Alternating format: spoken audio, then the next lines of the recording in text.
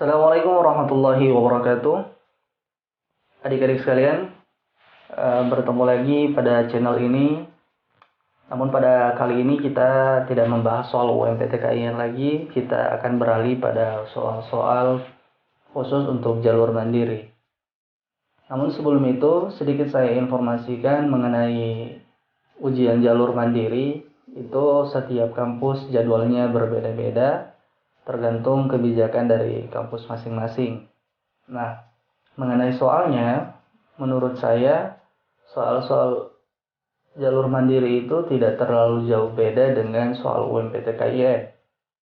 Bahkan menurut saya soal-soal jalur mandiri itu jauh lebih mudah dibandingkan dengan soal-soal UMPTKIN. Nah, untuk itu, agar belajar ini maksimal, saya harapkan adik-adik sekalian sebelum belajar coba membuka buku tulisnya, sediakan buku catatannya, kemudian sebisa mungkin tidak terganggu dengan notifikasi dari setiap media sosial kalian. Jadi fokus membahas soal-soal yang akan disajikan sebagai berikut. Ya, mari kita mulai dengan membaca basmalah. Bismillahirrahmanirrahim. Nah, ini adalah soal-soal dari soal-soal jalur mandiri yang ada.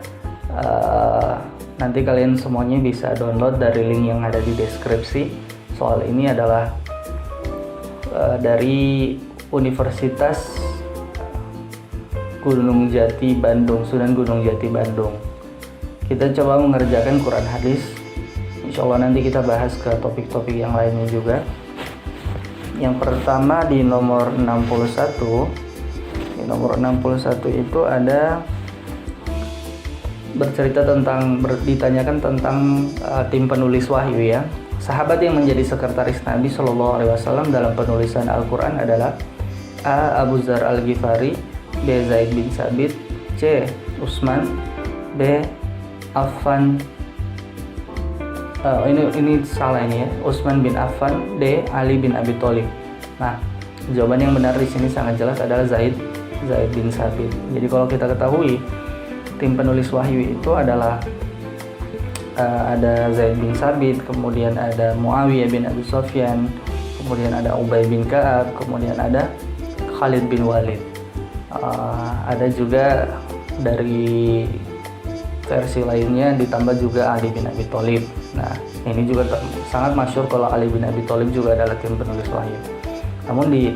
Namun kalau untuk khusus itu sebenarnya yang paling termasyhur itu adalah Zaid bin Sabit ya. Jadi Zaid bin Sabit ini adalah tim penulis wahyu yang utama, yang paling masyhur lah, walaupun ada versi lain Ali bin Abi Thalib, tapi ini tidak terlalu masyhur. Ya. Yang nomor 62, As-Sab'ul Masani adalah salah satu nama dari, ini mudah sekali.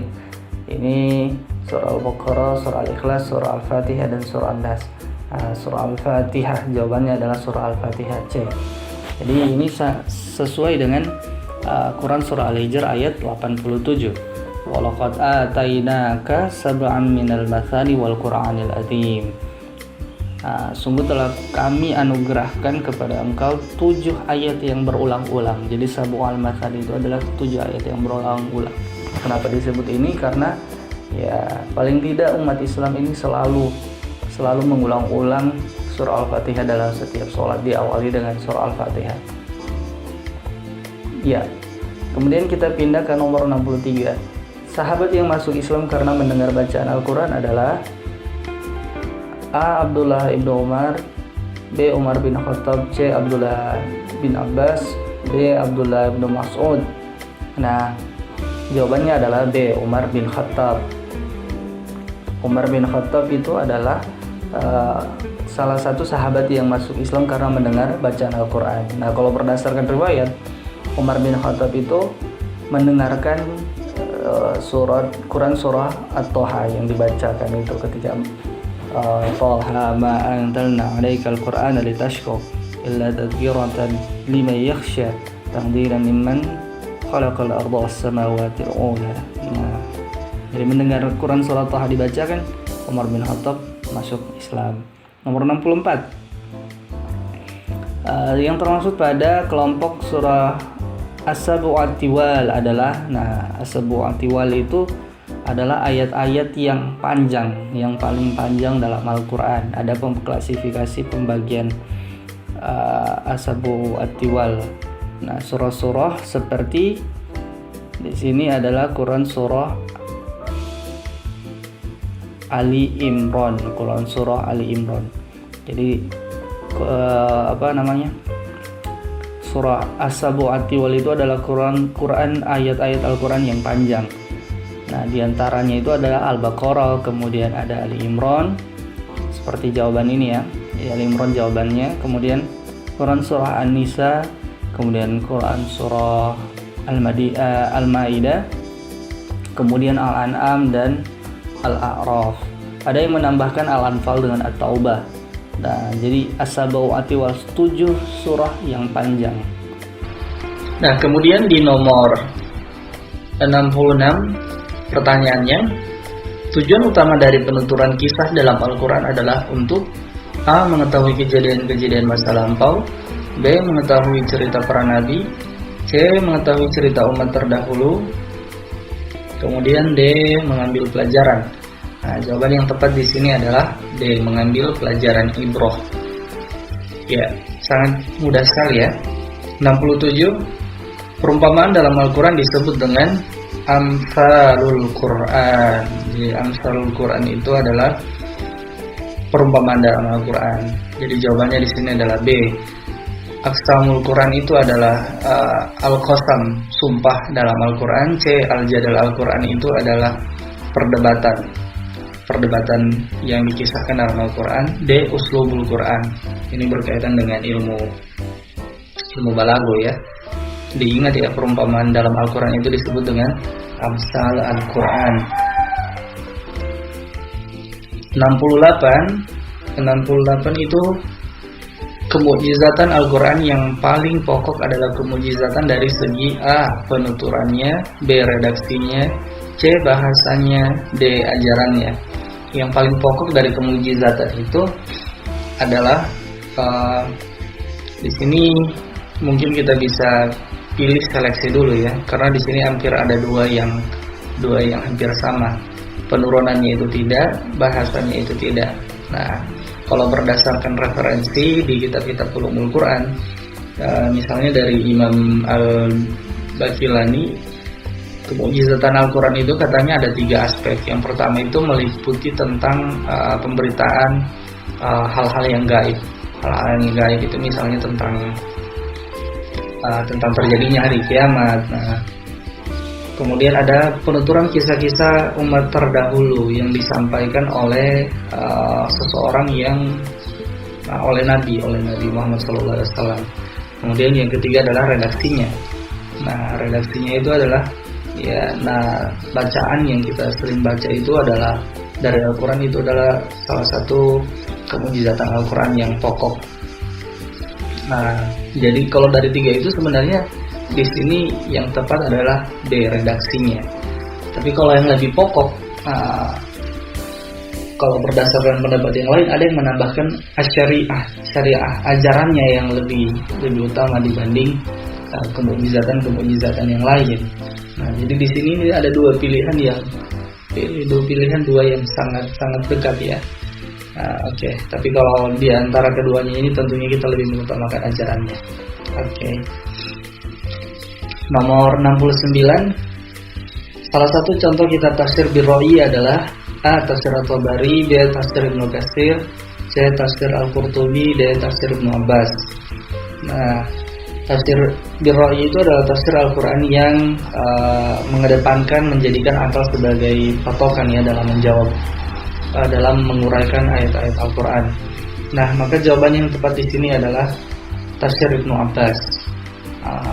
Sebenarnya semuanya ini hampir-hampir seperti tafsir bil ma'thur ya, tafsir yang menggunakan riwayat.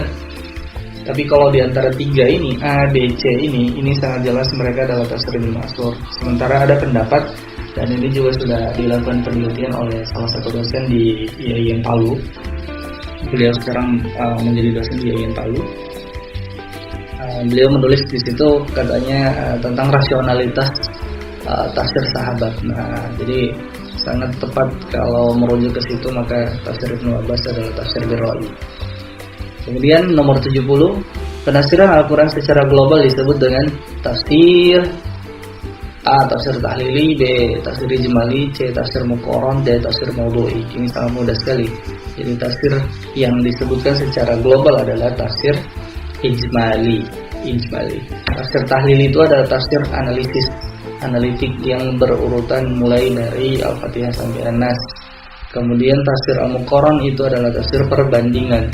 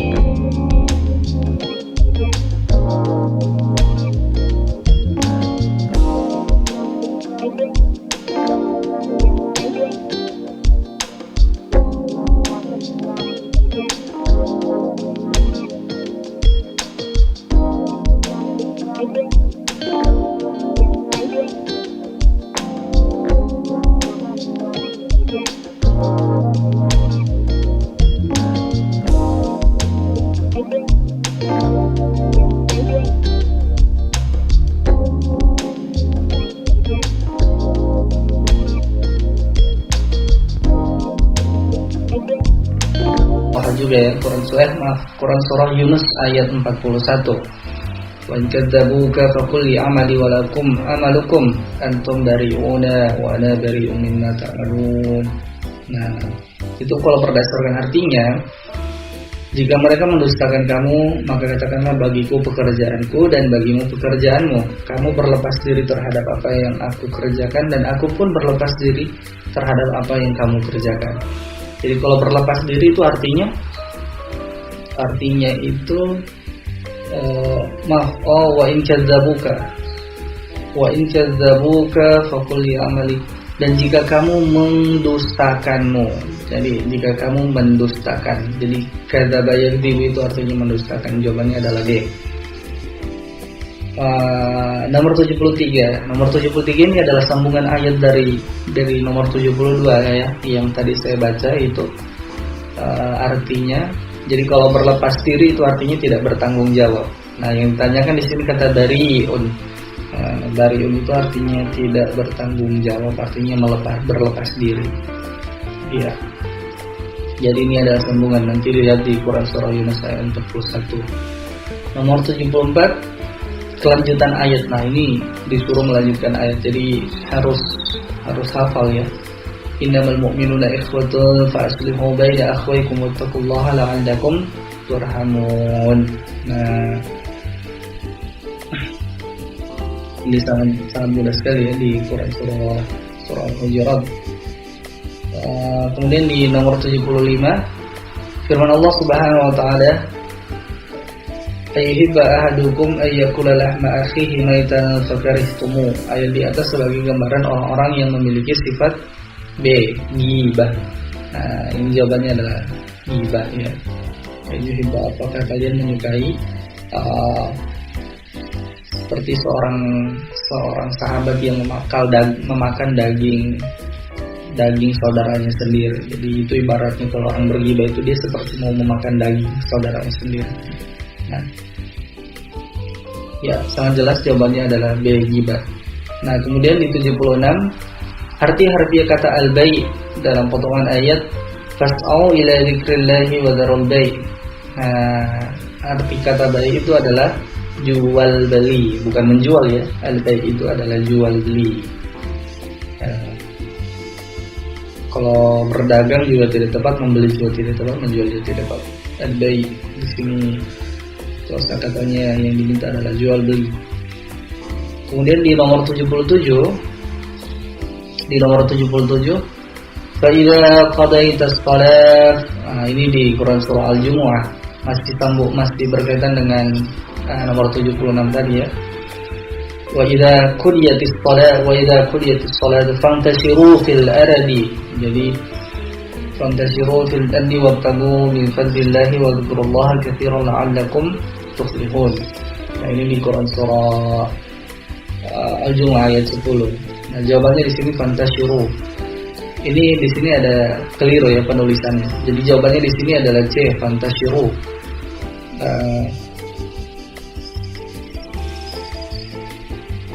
Cuman di sini tertulis fantashiru pakai short. Jadi seharusnya pakai sya. Ini salah ini orang yang ngetik. Ya, nanti coba dicek lagi. Fantashiru itu artinya apa? Bertebaran. Cuma di sini tertulis pakai short. Ya, jawabannya adalah C. Tapi nanti diperiksa dengan perbaikan penulisannya fantashiru. Kemudian nomor 78. Arti kata asu dalam ayat innama ya'murukum bisu'i wal fahsya. Ini kan berkaitan dengan apa? Sesungguhnya setan mengajak kamu pada asu itu artinya perbuatan jahat. Nah, al-fahsya itu artinya perbuatan keji. Nah, yang diminta di sini kata su, berarti A jawabannya, perbuatan jahat. Nah, tapi kalau fahsya itu artinya perbuatan keji. Ya, jawabannya adalah A. Kemudian di nomor 79. Di nomor 79 ini juga masih berkaitan dengan ayat Al-Qur'an. Ya ayyuhalladzina amanu kulu min thayyibati ma. Nah, ini mudah sekali. Ya ayyuhalladzina amanu, hai orang-orang yang beriman, makanlah kamu dengan hal-hal yang baik-baik, dengan makanan yang baik-baik. Ma razaqnakum, dari apa-apa yang telah kami rizkikan kepadamu.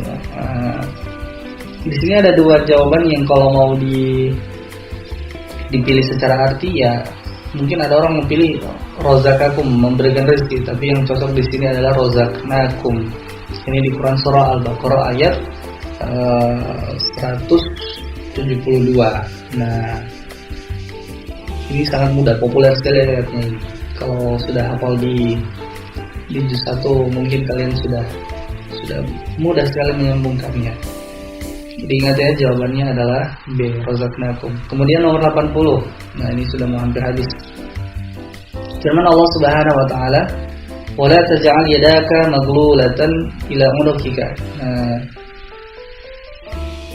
Nah, ini di Quran surah Al-Isra ayat 29 ya. La taj'al yadaka maghlulatan ila unukika. Maksud potongan ayat itu adalah jangan kikir. Jangan menjadi orang yang kikir, yang terbelenggu tangannya. Kemudian kita masuk pada nomor 81. Dari segi bahasa, hadis itu berarti al-hadis. Al-hadis itu artinya secara bahasa dikatakan sesuatu yang baru. Ya, al-hadis. Jadi jawabannya di sini adalah A. Kemudian 82. Sedangkan makna sunnah dari segi bahasa adalah, nah ini sudah masuk pada soal-soal yang berkaitan dengan hadis. Nah, makna sunnah adalah tradisi, ya, tradisi yang dilakukan, yang menjadi kebiasaan. Gitu. Ya, jawabannya adalah D. 83. Salah satu hadis yang diklasifikasikan berdasarkan masdar ar-riwayah atau sumber periwayat adalah hadis qudsi. Jadi masdar ar-riwayah yang menjadi sandaran gitu. Siapa yang menjadi sandaran terakhir pada hadis qudsi adalah Allah Subhanahu wa taala. Jadi hadis qudsi itu adalah yang dibacakan, dinarasikan oleh Nabi, tapi itu sumbernya langsung dari dari Allah. Yang membedakan dengan Al-Quran adalah Nabi yang melafazkannya berdasarkan riwayat yang diterima. Nah, tapi kalau Al-Quran itu memang Allah yang melafazkan, kemudian melalui perantara Jibril. Ya, jadi hadis qudsi itu sandarannya langsung kepada Allah yang dilafazkan oleh Nabi Muhammad. Nah, oke. Kemudian kita pindah ke nomor 84. Di nomor 84 adalah seorang yang diyakini pernah melihat dan bertemu dengan Nabi dan menyatakan beriman kepada Allah dan Rasulnya adalah disebut dengan sahabat. Nah, ini sangat mudah sekali, sahabat. Jawabannya adalah C. Kemudian di nomor 85 disepakati oleh ahli sejarah hadis bahwa terlaksananya penulisan kodifikasi hadis adalah pada awal abad 2 Hijriah, ya, sangat jelas karena campur tangan penguasa pada masa itu. Siapakah penguasa khalifah yang menjadi inisiator pembukuan hadis? Nah, jadi hadis itu ditulis nanti abad kedua, di ada sekitar 200-300 tahun lebih ya, ketika setelah Nabi wafat baru ditulis. Nah, itu pada masa penguasaan Khalifah Umar bin Abdul Aziz. Nah, jadi pada pemerintahan Bani Umayyah ya, yang menjadi faktor kenapa dituliskan, ada inisiatif ingin menulis itu. Jadi Khalifah ketika itu mulai mendapati kekhawatiran bahwa hadis itu berangsur-angsur mulai punah, hampir-hampir hilang. Jika tidak dikumpulkan, tidak ditulis, tidak dikodifikasi, maka akan sangat jarang ditemukan lagi hadis. Nah, pelan-pelan akan punah. Kemudian ada juga faktor-faktor para penghafal hadis yang sudah meninggal. Nah, makanya Umar bin Abdul Aziz mendorong untuk menulis dan membukukan hadis. Bahkan ada juga alasan yang ketiga itu karena sudah banyak pemalsuan hadis. Nah, jadi ada pemalsuan hadis, makanya beliau Umar bin Abdul Aziz memerintahkan untuk melakukan penulisan dan kodifikasi atau menyusun, ya, dibukukan. Nah, sekarang kita masuk pada nomor 86. Nomor 86, mukharrij atau mudawwin secara bahasa adalah orang-orang yang mengeluarkan atau meriwayatkan hadis. Dalam kajian ulumul hadis digunakan untuk orang-orang yang menuliskan atau meriwayatkan hadis dalam kitabnya. Berikut ini beberapa nama mukharrij atau mudawwin, kecuali A. Imam Malik bin Anas, B. Imam Bukhari, C. Imam Hasan al-Basri, D. Imam Muslim. Perhatikan yang diminta di sini kecuali. Jadi jawabannya adalah Imam Hasan al-Basri.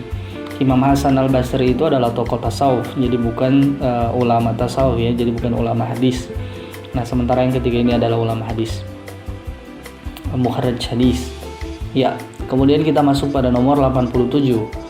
Abu Hurairah namanya adalah Abdurrahim ibnu Sakhra al-Dawsi.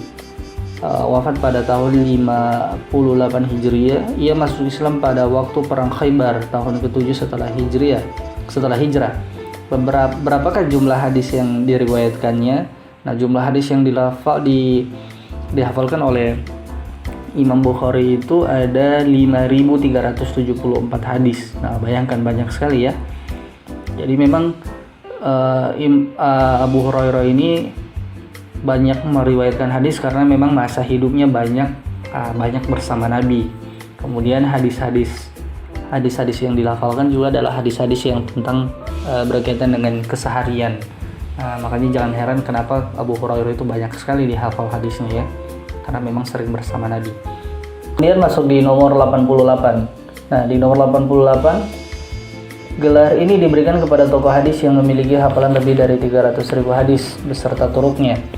Maka jawaban yang tepat di sini adalah A. Amirul Mukminin fil hadis, A. Al-Hafiz, C. Al-Qadi, D. Al-Muhaddis. Nah, jawaban yang tepat di sini adalah Al-Qadi. Al-Qadi fil hadis itu, atau biasa disebut juga dengan Al-Hakim fil hadis, itu adalah orang-orang yang menghafal lebih dari 300.000 hadis. Nah, sementara untuk yang memiliki hafalan Al-Hafiz itu disebut dengan orang yang menghafal 100.000 hadis. Kalau ini berarti di atas 300.000. Al-muhaddis berarti di bawah 100.000 ya. Jadi jawaban yang tepat di sini al-qadi. Al-qadi ini biasanya pilihan bahasa lainnya adalah al-hakim. Al-hakim fil hadis. Ya. Kemudian kita pindah nomor 89. Di nomor 89 ditanyakan, berikut ini adalah syarat-syarat yang harus dipenuhi dalam suatu hadis sehingga hadis tersebut dapat dihukumi sebagai hadis sahih, kecuali, ingat ya, kecuali A, sanadnya bersambung, B, rawinya adil dan dhabit, C, tidak terdapat illat dan syadz, D, jumlah perawinya harus 3 atau lebih. Nah, maka jawaban yang tepat di sini adalah D, jumlah perawinya harus 3 atau lebih. Jadi hadis sahih itu tidak menuntut jumlah perawinya itu harus lebih dari 3 atau lebih ya. Ini bukan berkaitan dengan dilihat dari segi jumlah perawinya, tapi dilihat dari segi kualitas sanadnya, sanad hadisnya. Oke, kita masuk ke nomor 90. Nomor 90, salah satu kriteria hadis dhaif adalah apabila pada isnad hadis tersebut ditemukan keterputusan inqita'. Nah, boleh jadi di awal atau di tengah atau di akhir. Bisa jadi hanya satu tingkat atau dua lebih. Bahkan bisa terjadi secara berurutan. Berikut ini macam-macam hadis dhaif tersebut kecuali A, mursal dan mudallas, B, mu'allaq dan balaghat, C, mu'dal dan munqati, D, matruk dan munkar. Nah, ingat di sini yang diminta adalah berdasarkan ketersambungan sanad. Nah, berarti kalau dia terputus, itu pembagian hadisnya kriterianya beda-beda. Nah, jadi mursal dan mudallas itu masuk di sini, kemudian mu'allaq dan balaghat itu masuk di yang terputus secara periwayatan. Kemudian mu'dal dan munqati itu juga begitu, berkaitan dengan keterputusan para sanad. Nah, jawaban yang di sini adalah matruk dan munkar. Karena hadis dhaif, matruk dan munkar ini adalah hadis-hadis yang digolongkan sebagai hadis yang kualitas perawinya yang cacat, yang tidak baik gitu. Jadi ada indikasi terdapat para perawi itu yang secara hafalannya lemah, kemudian secara akhlaknya juga kurang baik. Nah, tapi yang ditanyakan di sini adalah berdasarkan ketersambungan hadisnya. Nanti kalian akan lebih dalam lagi mempelajari ulumul hadis ketika di perkuliahan insyaallah. Kemudian nomor 91. Nah, ini kita sudah masuk pada sambungan hadis ini. Kata Badiru pada hadis berikut adalah Badiru bil a'mali sholihah. Badiru itu artinya bersegeralah, bersegeralah untuk mengerjakan amal-amal sholih. Jadi tidak menunda-nunda ya. Nah, jadi jawabannya adalah B. Ya, kita masuk pada nomor 92. Nomor 92, maksud kalimat biyadihi pada hadis berikut ini adalah walladzi nafsi biyadihi la tas'alanna hadzal na'im. Jadi yang ditanyakan di sini kata biyadihi. Ya, kalau secara bahasa ini artinya memang tangan, tapi tidak mungkin diterjemahkan tangan Allah ya. Jadi yang tepat di sini adalah kekuasaan Allah. Itu B. Ya, jadi jawabannya adalah B. Kemudian 93.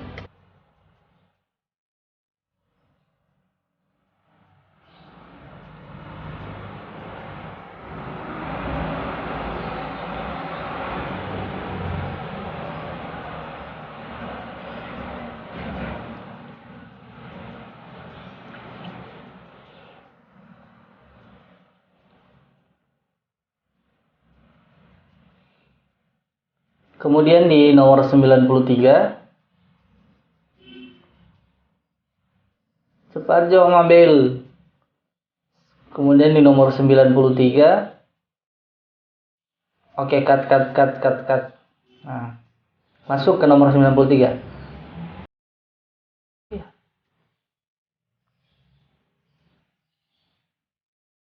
Ya, kita masuk pada nomor 93. Di nomor 93 itu arti kata alju pada potongan hadis berikut ini adalah akhrajakum min buyutikumul ju'. Nah, jadi kata ju' itu artinya lapar. Ini sangat mudah sekali artinya lapar ya. Kalau atosh itu artinya haus. Nah, tapi yang ditanya di sini adalah ju', lapar. Jawabannya adalah C. Kemudian di 94, huruf waw pada kalimat walladzi nafsi biyadihi disebut. Ini waw yang diminta di sini bukan waw ataf ya, tapi di sini adalah waw qasam. Waw qasam itu fungsinya sebagai digunakan untuk bersumpah. Nah, kemudian kita masuk ke nomor 95. Tadi 94 jawabannya adalah B ya, waw qasam sebagai dipakai untuk sumpah. Wadduha wallaili idza saja wasyamsi waduhaha. Nah, itu semua adalah waw qasam. 95. Kesimpulan hadis berikut ini adalah kullukum ra'in wa kullukum mas'ulun an ra'iyatihi. Tidak semua orang harus bertanggung jawab atas perbuatannya. B, bertanggung jawab adalah hak setiap individu. C, setiap manusia mempunyai tanggung jawab. D, bertanggung jawab adalah sikap yang harus diperlihatkan kepada sesama manusia. Di sini jawabannya adalah setiap manusia mempunyai tanggung jawab. Kullukum ra'in, kullukum mas'ulun an ra'iyah. Ini populer sekali hadisnya ya. Kemudian 96, lanjutan potongan hadis berikut ini adalah jadi sambungan dari hadis ayat ini. Maaf lain ya. Di nomor 96 ya, kemudian di nomor 96 lanjutan potongan hadis berikut ini adalah nikmatani magbunun fihi makatsirun minan nas. Pilihannya A, as-sihhatu wal mal, al-mal wal walad, as-sihhatu wal firaq, al-mal wal ahl. Jadi jawaban yang tepat di sini adalah C, as-sihhatu wal firaq. Jadi sambungannya kalau kita mau terjemahkan ini, jadi nikmat yang paling orang inginkan itu adalah nikmat kesehatan dan nikmat waktu luang. Nah, banyak orang yang tidak bisa memanfaatkan dari dua ini, akhirnya sangat bergantung pada kesehatan dan waktu ya. Kemudian di nomor 97, tanggung jawab pelayanan rumah tangga berdasarkan potongan hadis berikut ini adalah wal khadim ra'in fi mali sayyidihi. Jadi ini sambungan hadis di nomor 95 tadi. Karena ini artinya adalah memelihara harta majikannya, B, memelihara ketertiban rumah tangga, memimpin anak majikannya, D, mengurus keluarga. Nah, jawaban yang tepat di sini adalah memelihara harta majikannya. Ya. Jadi jawabannya adalah A.